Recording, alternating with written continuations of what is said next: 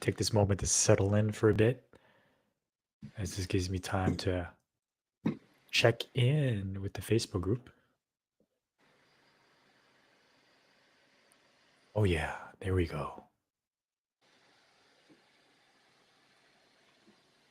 Live video is starting, connected and resourced. Welcome, everyone, to Get Resource every Friday at 12 p.m. Mountain with Summer and Dre Day, where we talk about anything around getting resource back to ourselves, source, and others. Reconnecting with this last night as I was teaching with Summer, know thyself. The reason why I do this work is to peel back the layers of Dre and showing up more in my authenticity, more in my sovereignty. And this month, we're in the theme of spring cleaning. So anything around there in terms of cleaning our language, cleaning our perceptions, projections, judgments, what's happening in our worlds, where we can start to clean as we can feel. If you're in the Edmonton area, the weather's getting warmer. Spring is among us. So we like to open up with the question: what's alive in you, Summer? What's alive in me? Well, we're moving shortly, a spring move. So there's a bit of anxiety as to what that'll look like, but also excitement to create a new space. And I'm kind of excited that my daughter might be living with us as well. I'm looking forward to that community and that family. So that's what's alive in me right now. And gratitude. Mm, For the class we taught last night, I just found it so moving and so deep and nourishing. So that's mm. what's alive in me. And Thank you for you, what sharing. is alive in you? Oh, what's alive in me is giddiness and excitement of a new space and the possibilities that can happen there. In short, I was born and raised and lived in Edmonton all my life, so I haven't moved much, and I moved No. pretty much with my parents, and I felt safe in just having my own space and settling in. And I know our last move, helping you move from your space to the space that we're in, was very discombobulating for me, very stressful. Though this time I'm noticing it's a lot better. Um, Noticing there is that space for possibilities and things happening for a reason and not just thinking about it, though feeling it. Hmm. Case in point, the potentially, your daughter and her boyfriend being with us. That's exciting.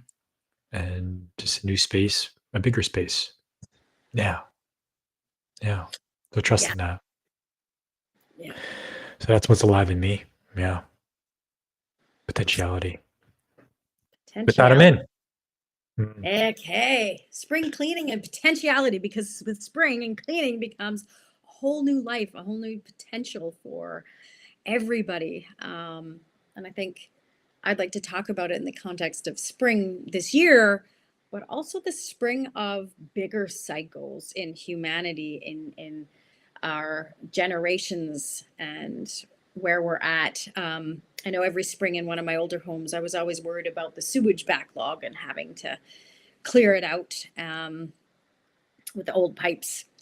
And I think we're getting a spiritual upgrade as a species.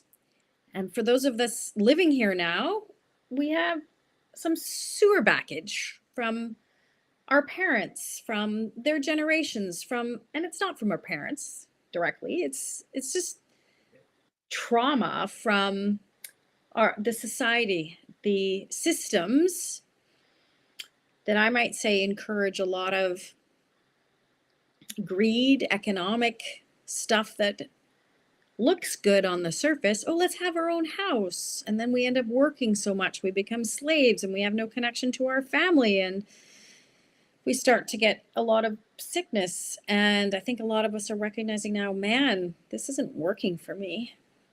How do I clean my life so that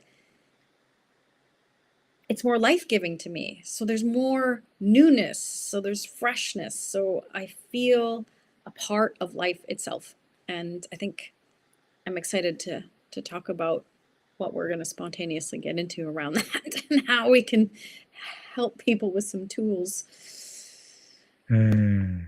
Yeah. As you say that, what's coming through for me right now is like the self cleaning of myself. There's a quote I like to use, become a self cleaning oven. And it's an ongoing practice of me of like even expressing the move. I've been doing that. Anytime someone talks to me, says, how are things? Someone that I haven't talked to for a while, or someone I talk to on a regular, I share that, yeah, we are moving. We're looking for a space.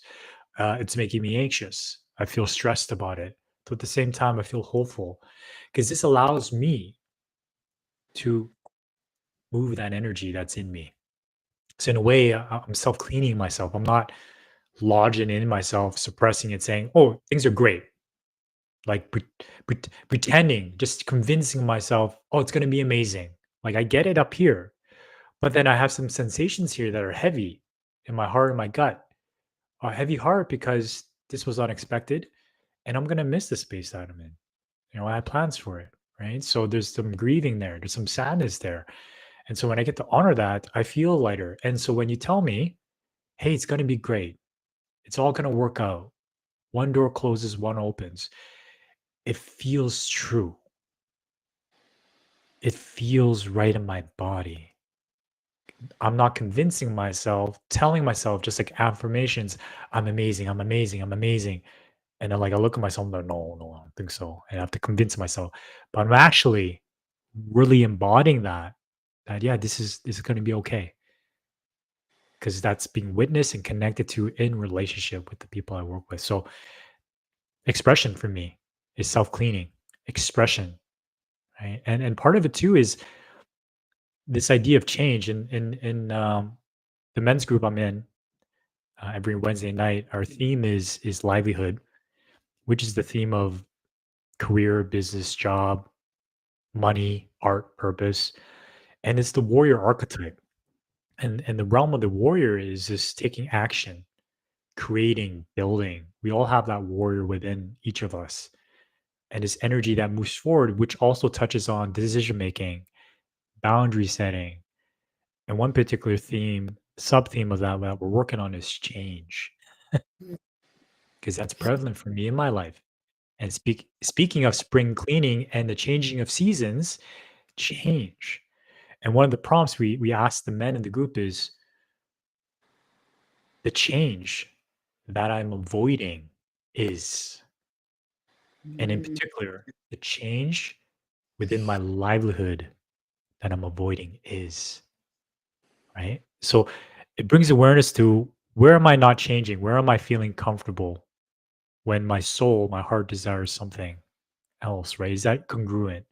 And also the second part of that question is, and what's holding me back Hmm. from making that change? Yeah. What do you have to clean out to have something new in there? Yes. And so when I did this exercise for myself, there's some fears there. There's a fear of success, of like comparing myself to who I think are more successful than I am. So I don't feel worthy enough until I study more, until I learn more, until I get more programs and courses underneath my belt, until I have more experience.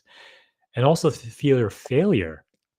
The idea with mindset training is fail forward. There's no such thing as failure until you quit. I totally get it. It works in some areas of my life. Definitely the gym. I've been there before, right? It's the mind, right? But in areas where it's the unknown, it's uncertain, like growing our livelihood together, co-working with each other consciously, and dealing with those challenges of like this call for me to step forward into my leadership, more my war energy to take the initiative for us to build structure, processes, systems, and delegation. It's like, wow, I got awareness now to wash the fear of failure, fear of success. And how do I wash that? Is to be by myself, to be with myself, to also be with people that can hold it without fixing me, giving me advice, offering me comfort that blocks me from my own inner wisdom. And so, a practice I've been doing is at the start of my day, I got my journal book. It's a beautiful one. Let me grab it. Your dragon book. The dragon energy. Hey, yeah. And I just write 3 pages of stream of consciousness writing. Thank you, Julia Cameron from The Artist's Way. And this helps me get in touch with myself and clean those thoughts, not just receiving a reel telling me to, hey, man, you just got to fail forward. Failure is just part of the process. Hey, I've been on that motivation train before too. And it helps, gives me that bump up, that top up. The true embodiment of that is getting to know myself or where those beliefs come from and then cleaning it. Because now I become separated from those thoughts and I hear my own truth underneath that. Yeah. Yeah. How do we clear out the thoughts, the beliefs, the self sabotage, and those attempts to bypass that cleaning? It's like stuffing things in closets and then closing the door and you forget about it, but it's still there. And I Mm. think one of the disservices that our culture in particular has done is, as you're talking about Julie Cameron and the artist way, is that the way we move energy is through creativity. And the fear of the unknown blocks a lot of people from moving. But there's nothing more rejuvenating and timeless than creativity, than art, than producing a song, than singing, than poetry, than painting. You come to a blank canvas and you don't know what you're going to do, but you just start with the movement from inside. And there's nothing more disempowering than not knowing how to approach the unknown and trying to do it from your head. Scary. Yeah. 80% of people at any given time are on antidepressants. Marshall Rosenberg will say that it's the reward for being good followers, good slaves, Um, good job creators, whatever it is. so the reward to be good is to be depressed. Yeah. Hmm. when we when we people please, when we believe we need to do things for others without thinking about ourselves, without cleaning out why we're doing these things, when it doesn't serve our own joy, it doesn't serve our own life energy, we have nothing left to give. Mm. And so, like you said earlier, affirmations are so thought driven, and we're so afraid of what lives in our body. But our life serving energy comes from in here. And we're just not really connected to it. Most people do live in their heads. And so, what is it? Like you said, you get to know yourself, you write it out, you Mhm. play, you engage in the what I would call the co creative present. And I love what you said about livelihood too.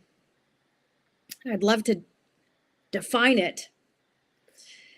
Um, and to me, it's about loving and living your work, Mm. except that it's really not work per se.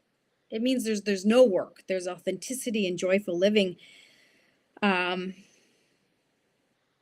and it's about embodying the presence of the meaning that you impart through your work.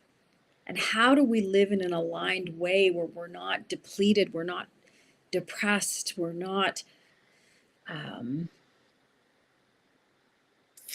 burnout, adrenal fatigue, all of these things that are so depleting that we're seeing in workplaces where now work is considered a mental health hazard. There's so much chaos in the world, so much backlog. I was talking about the backlog of our sewage, literally and metaphorically, from our grandparents, our parents, and what they had to live through. You know, my parents and my grandparents, women stayed home. They were maybe teachers or nurses. What gave them that idea? We're all changing who we think we are and what we're becoming. And I really see us becoming in relationship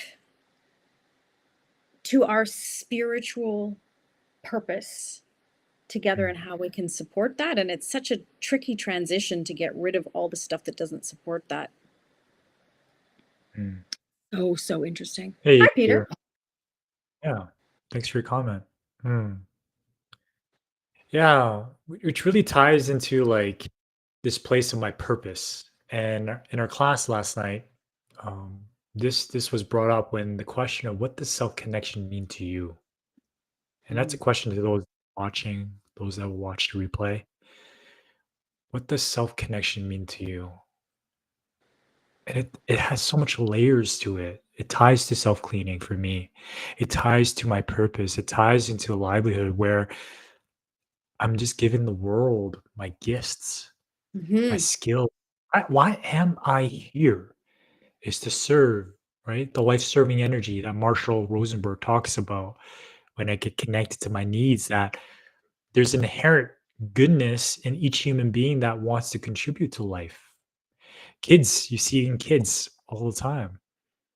They want to do things, they want to provide, they want to create. And so when I connect with that question of what self connection mean to me, it's like coming back home to myself and just acknowledging the chaos, acknowledging the workplaces that don't feel savory to go to. How can I carve out that space for me to be with myself? I got on a call with a friend today and I felt him, his energy running from one meeting to another meeting. Mm. And it felt his anxiousness, his overwhelm. I'm like, hey, can I take a guess here that you're feeling overwhelmed? Please correct me. You're feeling anxious? Yeah. Okay. Let's just slow down and let's take a breath together. And we just took some breaths together and just slowed it down. And he's like, wow, thank you for that. I can't believe it's so easy for me to forget how to breathe or Ah. remember to breathe. So I can start to see clearly and not be run by the unconscious habits and thought programs and that's running my life on autopilot, right? And I love how you said the other day of like when I'm on touch with my needs, I'm like I'm a zombie. Like this, you see Yeah. the movies out there about the zombie apocalypse. Like it's happening right now. Yeah. Yep. It is. The people on their phones, right? And I'm guilty of it too. Waiting in lines, my phone is it's a habit. Pulling it out, looking at it, not connecting to the people around me. So I'm saying this as a reminder to myself to connect, right? To those around me, in and out. So yeah, what does self connection mean to you? Yeah. And self cleaning and self connection. If we're not connected, we can't keep up with how life is changing. It's like a pond or a river that stagnates. It's trying to move, but it gets all this algae and this backlog because we're too busy. And I'd like to relate because you're talking about livelihood. Like a livelihood is what makes us feel lively. It means we feel Mm, meaning, we feel contribution, and people feel that versus a busyness, a business. I don't want a business, which sole purpose is really for making money and doing those activities and being busy to get that. And for me, a livelihood is something so different. It's a way to contribute life force energy, alignment. And some people might think, oh, this is just so flaky and fluffy. Like, really? Can you really do that? You have to make money. Well, you know what? I think we're coming upon a spiritual mm, age of energetic mastery where people aren't interested in stuff anymore. People are recognizing how draining it is to have so much stuff to drag around with you, to move, and how much energy it is to have a huge, huge house or whatever. And mm, people experience, they want connection. They want to know how to relate, how to remember to connect to themselves, to others, and to source. Because I believe it's about, we can remember how to do that. We're innate. We are spiritual beings, have a human experience, not the other way around. Human beings trying to be spiritual. We're mm, actually spiritual beings and we've forgotten. And so part of cleaning for me is just making space enough to remember, which again, remember means to put back together again. I think we've been fractured psychologically, spiritually, emotionally, and so many of us are on these rat races, neglecting all those things for finance. And what is money really?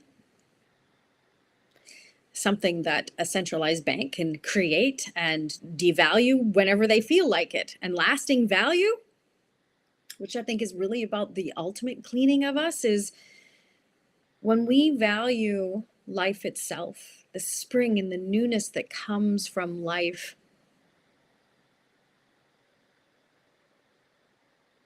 We're not full of fear or impatience. We can take a breath. And I think cleaning is cleaning out fear.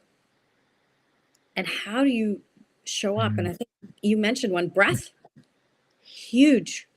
And not specific breath practices, just staying in your body and going, oh,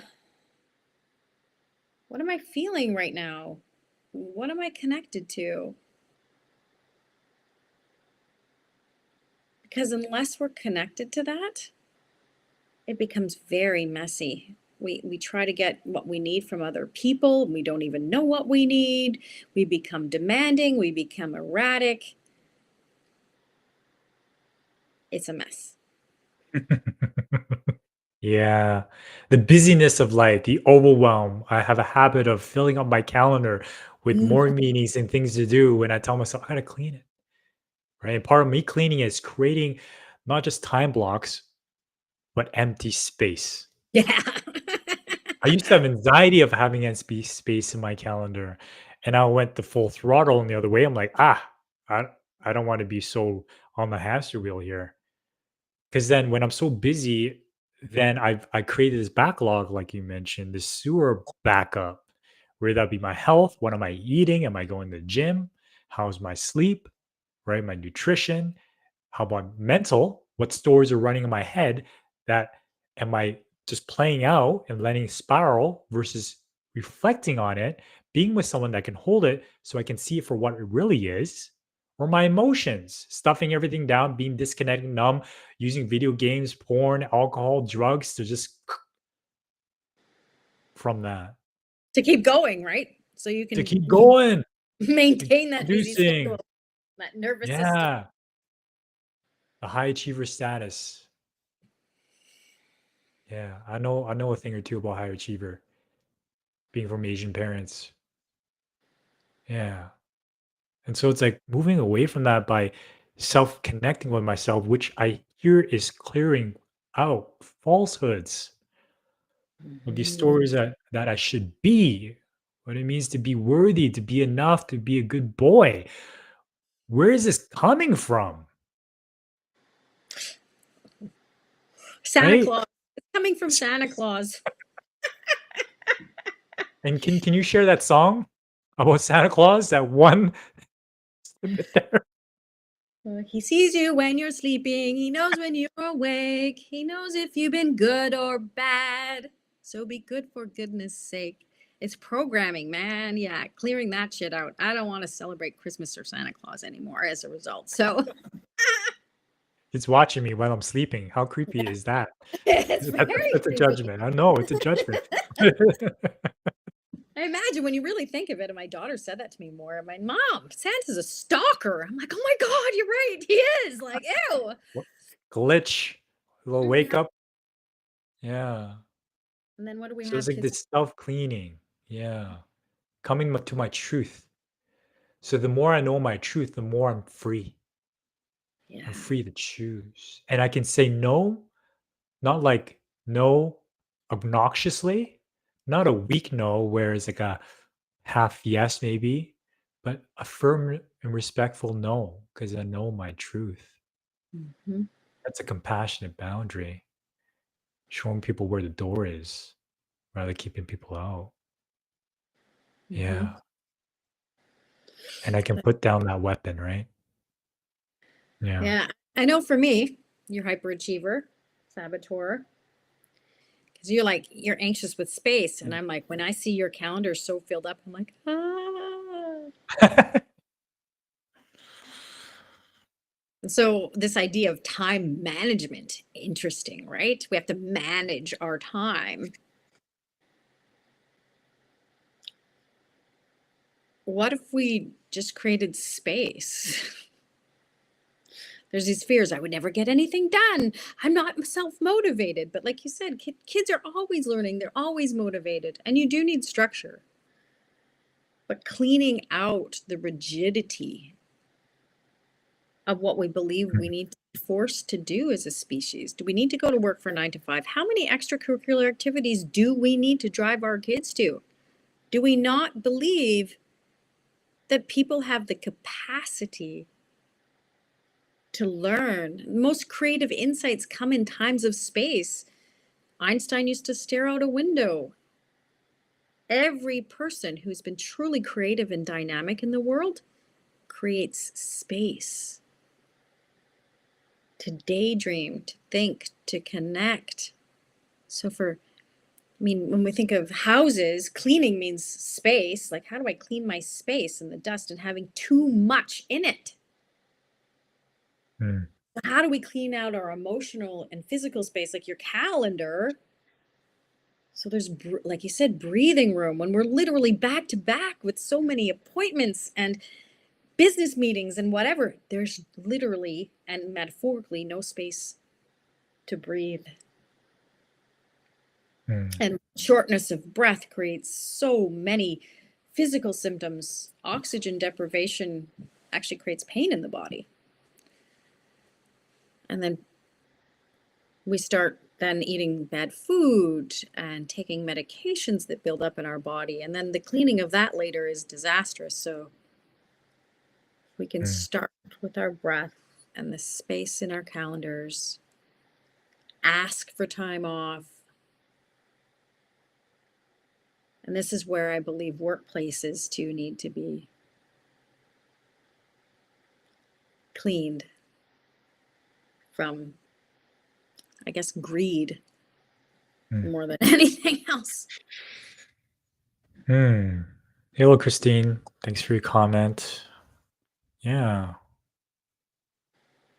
I have the same questions. I feel the truth within myself. Yeah, practicing solitude, right? Yeah, it's a lot easier to imagine doing this than actually doing it. And I'll speak from my Mhm. own experience of this anxiety that I have with creating empty space in my calendar. When I'm so used to filling it up and feeling good about being busy because the story says I'm being productive, I am doing something, I'm being successful. This is what successful people do. Okay. Now, what happens, and this is my experience, is that I get lost in the doing. I start looking and get addicted to the hit of getting things done. And so there's no awareness of what a priority is. What I happen, I take the low hanging fruit, the one that gives me that quick dopamine hit, like checking an email, replying to a message. And what happens is that I'm already drained at the start of my day, getting and attending to other people's fires or Mhm. responding to emails or reading this. And I haven't worked on what would move my livelihood, our livelihood forward. And so having the space is this anxiety, thought provoking idea. But then we all read it, right? Thomas Edison, Nikola Tesla, Albert Einstein, all the great inventors had solitude to be with. It just the education system and what was taught by my parents was to do. So it takes time for me to unlearn that and also trust the process where this creative time where I can do it, I realize, wait a minute, this is a lot better life than just being busy all the time. And a lot less stress, a lot less anxious. If I were to choose how I want to live my life, wouldn't I want to just work 4 hours a day or something? If I, we hear Tim Ferriss 4 hour work week, right? Just imagine that. Just imagine, okay, how do I want to live my life and work my way backwards? But I got it intellectually, but to do Mm. it, I hear you, Christine, it's very difficult Well, because I'm learning these habits, right? That keep me going on this hamster wheel. So here's the thing where though. I'm going with this from a Okay. masculine perspective, though, because when you say, "Hey, let's create some open space," it gives me anxiety. But with seeing you, witnessing you, it's having both, right? It's not to say like just be in the flow and have no structure and no guess and just do what feels good, do what I like in this moment. No, it's also have some rationality of what's important right now and to work on those pieces, but create space for that. And so I've been practicing saying no and looking at the essentials, but not until I start doing it and having every cell in my body saying, no, no, no, no. When I experience it, that's when I'm like, it's this idea that I'm getting a dopamine hit for my future self. That that everything that I do is for my future self, right? I'm banking it. So then when I'm taking care of the priorities, I get that dopamine hit later on. I don't get that. It's like I'm thinking about my future self and how my future self thanks me. So what do I need to do right now that the future version of me will thank me later? Oh, I see. Because usually when I do something that like eating that cake, anything instant gratification, I pay the price later. But it's just something that works for me, right? Okay. I wonder how that links to presence and being present and taking the breath of to what's actually experienced in the now, because I think some people get into a lot of anxiety looking to their future self. Um, but I could see how that could work. Um, you mentioned it's Tim Ferriss, right? The 4 hour work week. Yeah, the 4-hour work week. Yeah. Yeah. What about the idea of not working at all? And by that I mean that we feel so alive that it doesn't feel like work. Just like kids, they go to school, they're so intensely excited about what they're learning. They don't think it's work. It's like a lion hunting in they've got to get their food on the table, but they're just following their instincts. They're running through the savannah doing whatever they're doing. Um, and so this is probably a stretch for some people, but I really believe as we align to why we're here, that it doesn't have to feel like work. It's more contribution and service. And when we're aligned to our gifts, it's like I think they say in the Bible, where your heart is, your treasure is also. And it's not easy in this particular culture, but as we stay true to that without the fears that are, oh, my you know parents will often, oh, well, why are you doing that, or friends, why are you doing that? um, we start to embody the empowerment that we have to truly change the world to one that we want to live in. So livelihood to me is about living life to the fullest, not giving into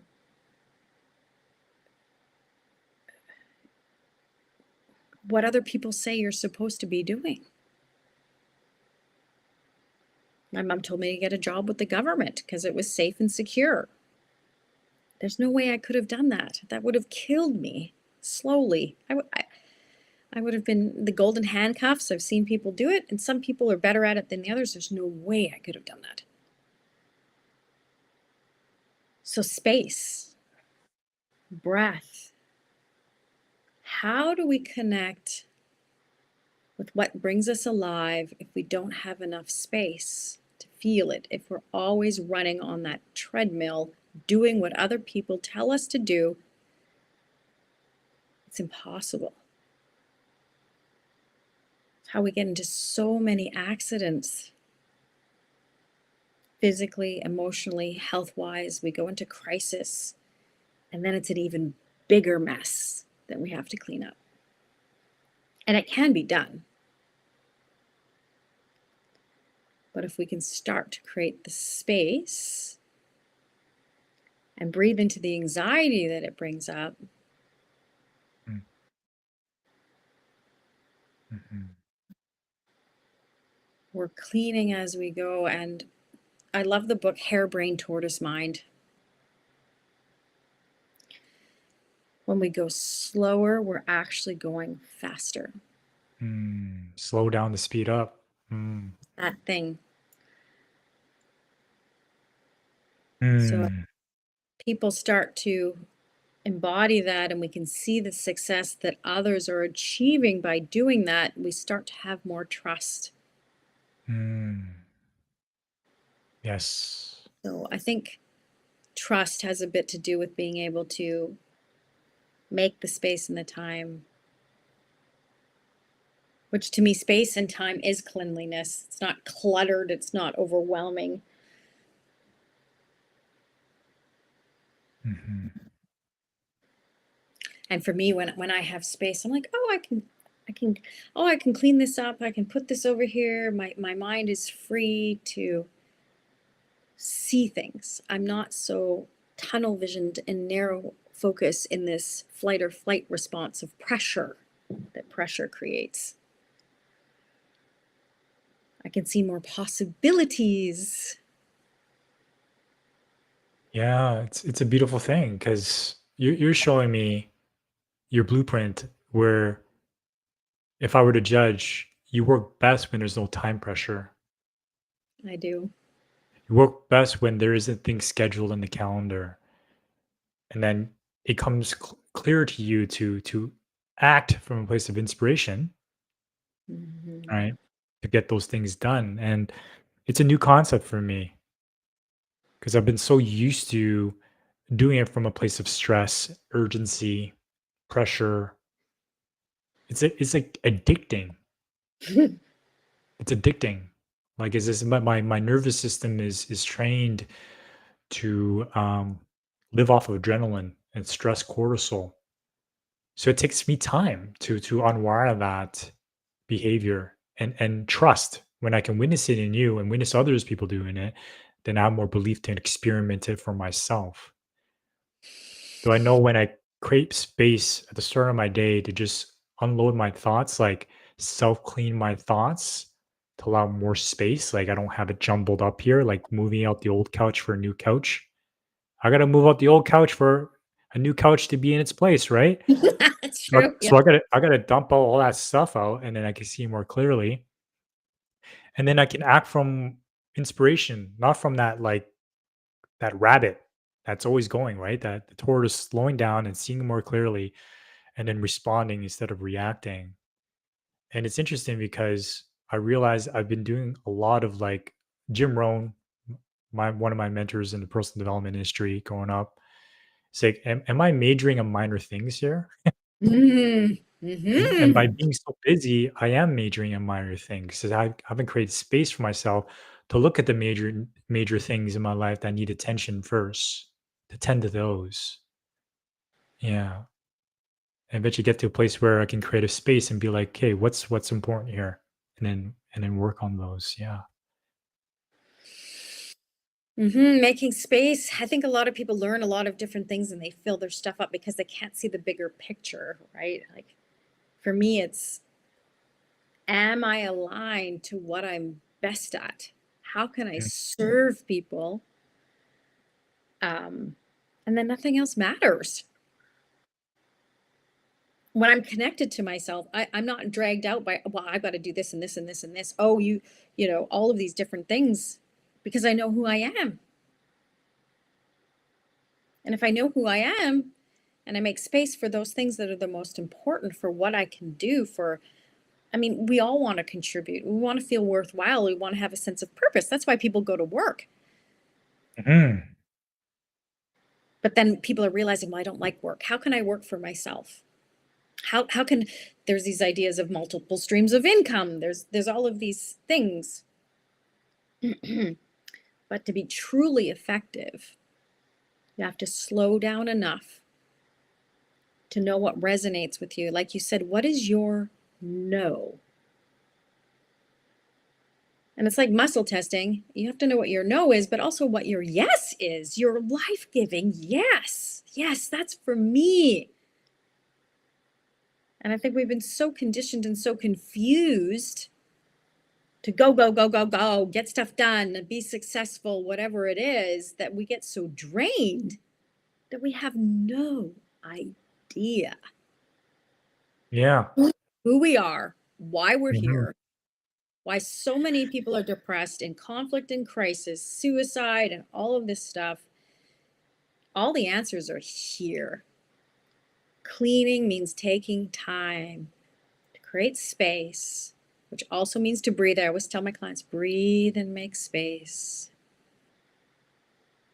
to see the bigger picture. Mhm. I mean, what's the point? There's the funniest meme I've seen. There's a U-Haul, and behind the hearse is a U-Haul. Like, people work all their life, this busyness, and a lot of people in the Western world have big houses. We don't take that with us. But the energy in our body of the stress and the dis-ease, we probably take that into the next life. So I think of it, how can I clean out this life so I don't take the shit with me in the next one? It's part Boom. of not even this life, but the next one, because I don't want to be Yeah. doing this in the next one. Mhm. Not to say that I'm not enjoying the process. That is the work, isn't it, for me, the project, and I call the project this project here. And as you were sharing that, what came through for me is like being dangled these carrots in front of me, or the shiny object syndrome, and how I was susceptible to that because I didn't know myself. I didn't know my truth. I didn't know what my no was. And the process of creating Mm. space for myself is carving down my own path on my own truth and being congruent with that. Because if I'm so busy, then it's easy for me to be manipulated. Yeah. Yeah. Curious about some of the, I see there's quite a bit of comments there. Hmm. Ah, Let's go with Tracy here. Heard this profound comment last year. I wake up when I am done sleeping. Right. How many of us are walking around asleep? That's a deep one. No alarm clocks. I love it. I'm living it. Yeah. It's like this idea of like, do I work to live or do I live to work? And I used to, work to live in a job that I didn't like, working for the weekend, looking forward to the vacation where I can vacate my life. And now it's like, right? Checking in with myself, my truth. I want to contribute. I want to create. I want to build. I want to be in tune to my purpose. I don't want to be on the beach just doing nothing, sipping cocktails, right? Every day. Like, heck no. Like, I want to make an impact. I want to leave a legacy. So I live to work. And when it doesn't feel like work, it's like purpose. Yeah. mm, Um, yeah, the best job is the one where you don't feel like it's work. exactly. Yeah. Hey, Julianne. Hey, Damon. Damon loving the conversation. This is what Damon says here. Clear the layers of mistaken identity. Mm-hmm. The layers Yeah. and layers. Yeah. Programming of who I should be in my family system, in my country system, in my cultural system. Yeah. And those energies are there, right? Like, yeah, it's like it does take that effort and discipline to, oh, here's that energy coming up again. That's leading me to do what I used to do before. Yeah. Comes back to the, I think for me, presence, right? Um, Eckhart Tolle talks about the power of now, because And this is how I believe we actually time travel, is in the present moment, because everything that was past and everything that will become is only accessible now. And I always go back to him into Einstein. Always. I think this is the simplest answer to all of these perceptions and beliefs, is Einstein's profound statement, and he's got two actually, but energy can't be created or destroyed, only transformed. And so all of this ancestral stuff through our DNA, through our emotional experiences growing up, lives in our body energetically. And we haven't been taught how to access it very well energetically. It comes through emotions, body sensations. A lot of us are empaths. And we've been taught to kind of outthink what we're feeling. But as all energy cannot be created or destroyed, it's universal law. We can't create something new, and we can't destroy something through positive thinking, through affirmations, through all of these things. We have to allow it to transform, which means allow it to move. And this is a lot about my work in Inside Out, where we simply breathe and observe. This is just like the double split experiment. Or the movie What the Bleep, for example. When we can sit back and observe without judgment, we can then decide to choose a different reality that we bring into being through our actions. But we don't create enough space. When we don't clean enough space, we're running on autopilot, like zombies. And so to clear out our ancestral patterns, there's ways to go in. There's a lot of different ways that they're getting closer with somatics and IFS and family systems therapy and things like this, to recognize, what am I running on autopilot?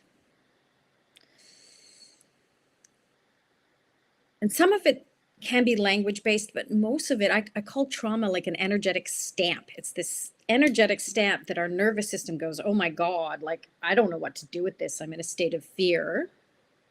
And we were just talking about World War I and World War II, and our families and our ancestors have been through so much shock to our nervous systems. But I'm noticing a massive awakening where we're all going, wait a sec here. Something's not feeling right. And like Andre said, I'm starting to get a lot more clear about what my no is, and to saying no, even though I might be in fear of the outcome, because I'm connected to what gives me life.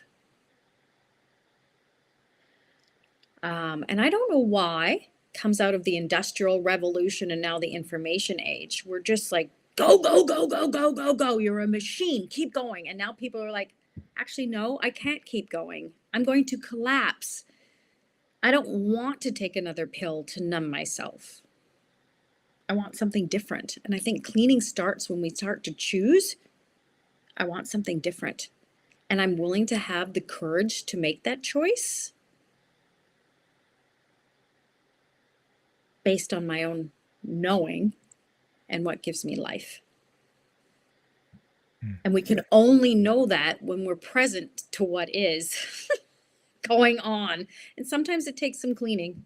Like you said, Damon, like the perceptions of reality. Why have we been behaving the way we've been behaving up until now? Why have we done that? And once we understand why, we can choose. And the only way we can do that is to create the space and the time.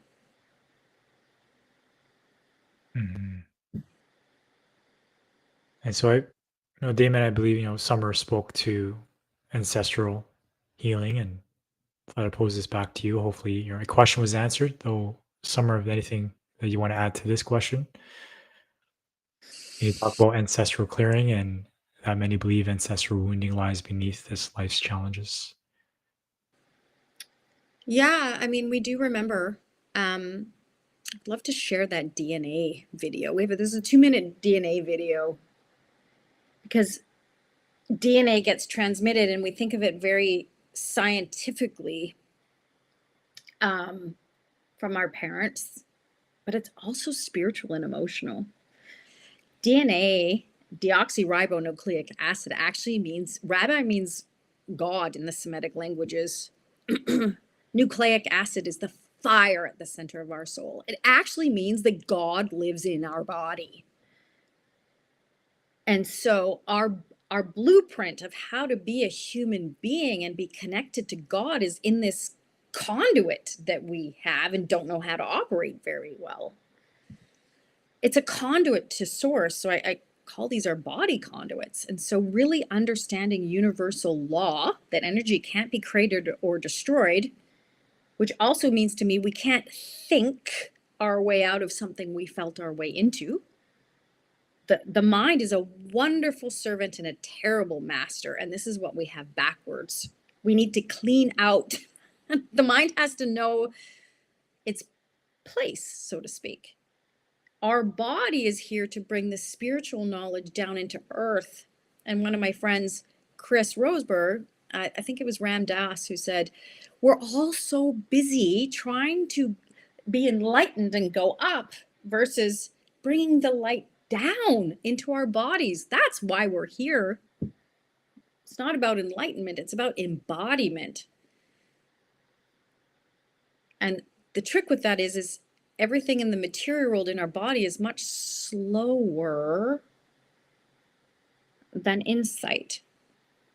When we have an idea, sometimes people don't take it into fruition because of the slowness of putting things into place.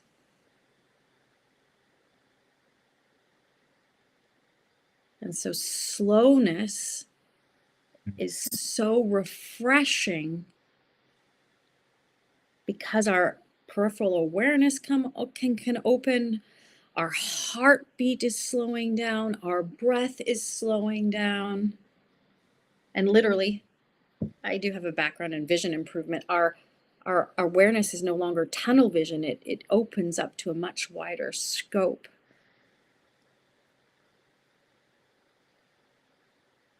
And only through our bodies, we then clear the way. We can heal what's there now. And then it's like the trauma of the past and the ancestors never happened. Because we're no longer living it. We're no longer manifesting what that was.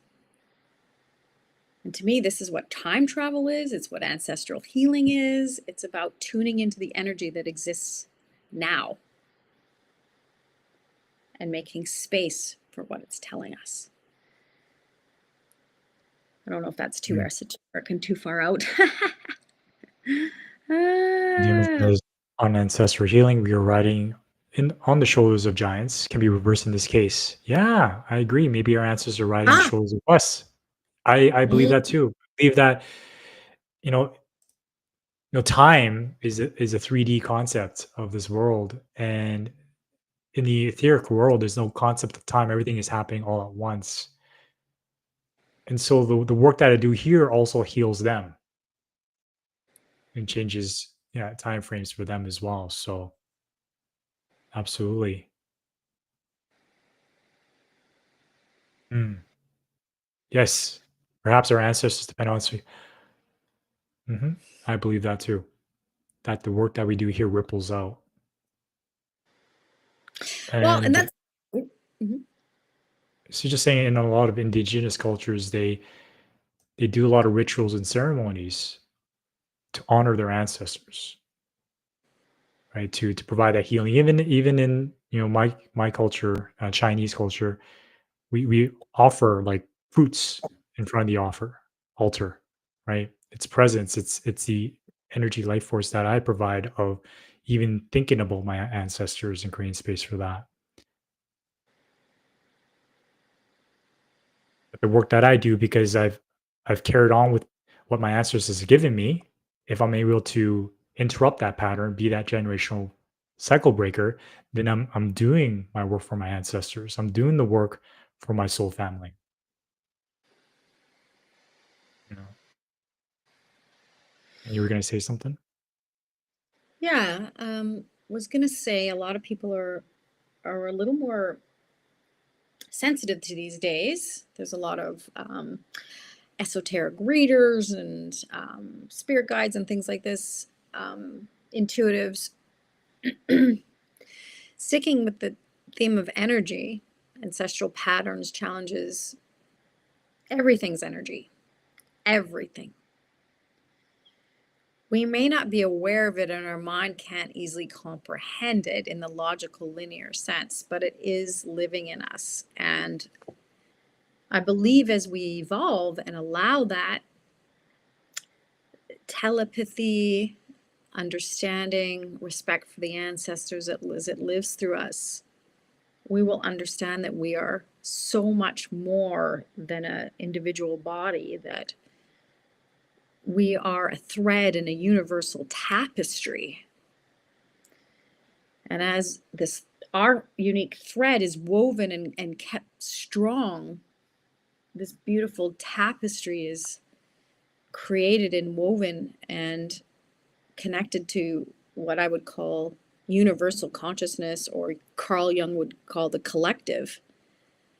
Um, and so, through our own space making, through our own cleaning, through our own breath, we do upload new neural pathways to the collective. Um, we can also download it from there. Hmm. um, and it's easier than some of us might think. Hmm. Hey, Chander. Sander, Welcome. hi. Tracy says sweat lodges, yes, are great with helping with ancestral healing. Mm. Yeah. We look forward And to it. so, yes, we look forward to our sweat lodge. So we're about time, and I'd like to, have us share, what are some practical steps to self self clean this month? Begin that Mm. process.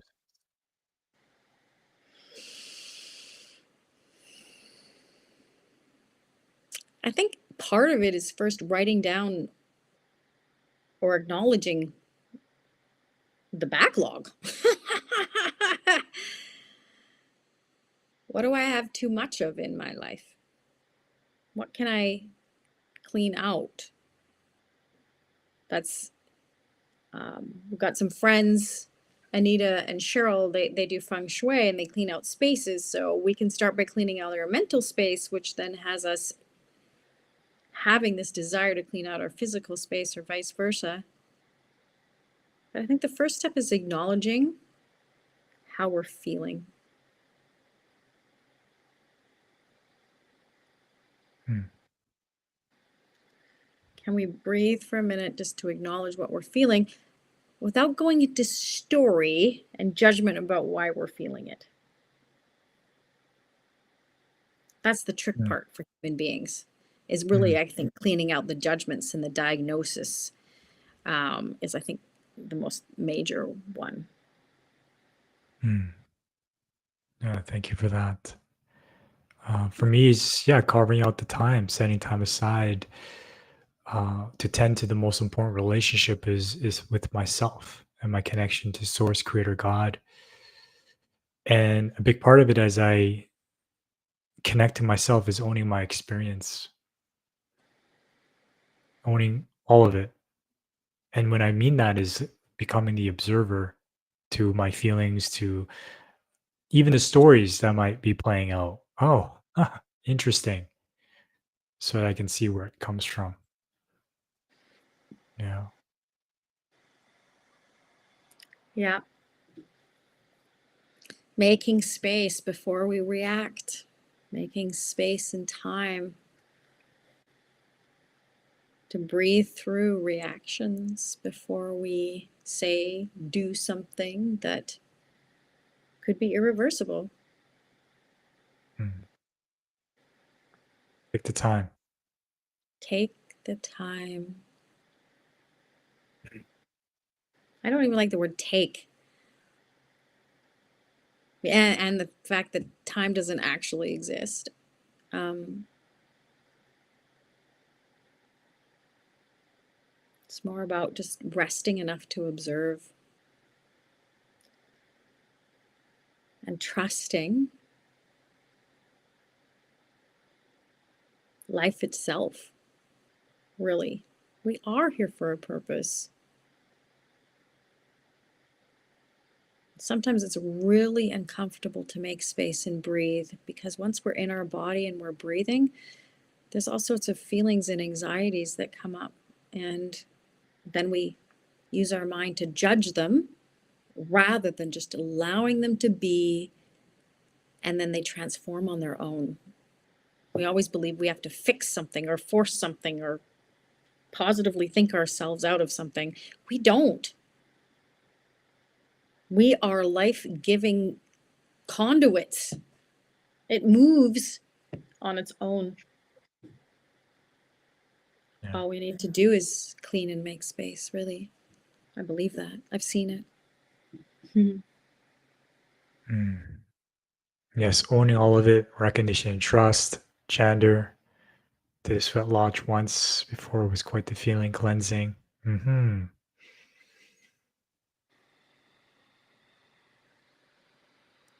Yeah.